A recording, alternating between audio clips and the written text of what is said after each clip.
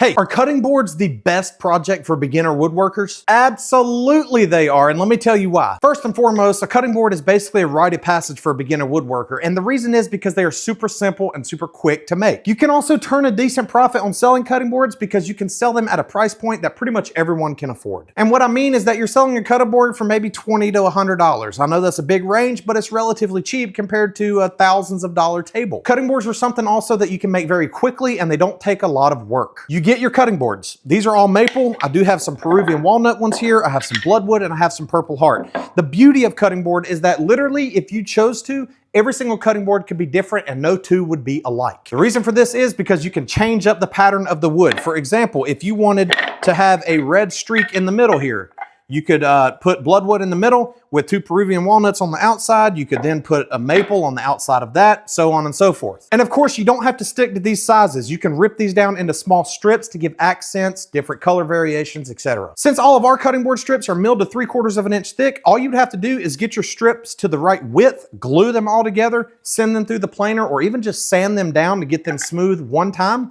and your cutting board is basically finished. Maybe apply some food safe mineral oil or something before you gift it to someone. And yes, they make great gifts too. If you're ready to make your first cutting board as a beginning woodworker, find the supplies that you need at LegacyShopSupply.com.